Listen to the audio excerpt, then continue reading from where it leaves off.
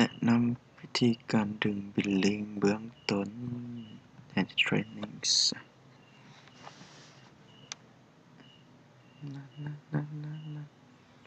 อย่าบอกเชียวกระนั้นหรือ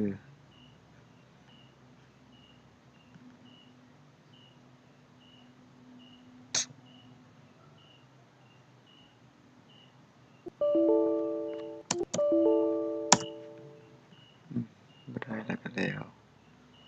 มาตัว900นี่ละไป set ep เอาส่วนนั้นปึ๊บสมมติลงน้ำท่า53เดือน11 2018 สกิลมาหนานี่ทุกครั้งต้องกด cancel ถ้ากดโอเคมันจะเกิดเหตุการณ์ยังขึ้นเลยเต็มสาตัวหนังสือตายเต็มท่านี้ถ้าเรากด yes เรากด cancel มันจะขึ้นหน้าจังซี่แล้วก็กดเบิ่งที่อยู่อาศัยนี่นะรวมมันถูกบ่อยากรวมพลังงานรวมตัวรวมมันถูกบ่แต่ละประเภทถูกบ่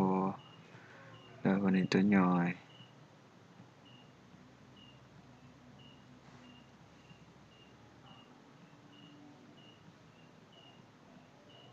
กวดไปแต่ละประเภทถ้าถูกหมดแล้วเราก็จังกดนี่ map data successful แล้วก็